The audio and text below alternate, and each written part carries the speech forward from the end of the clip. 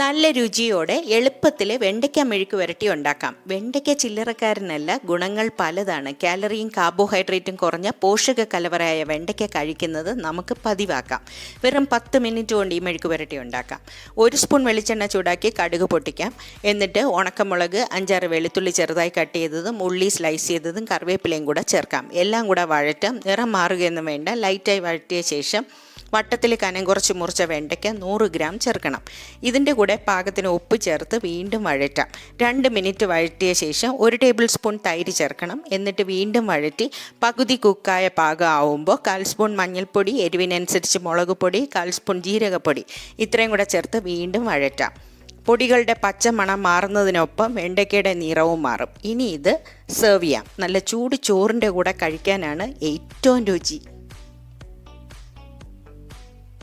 ന്യൂട്രിയൻസിൻ്റെ power ഹൗസാണ് വെണ്ടയ്ക്ക.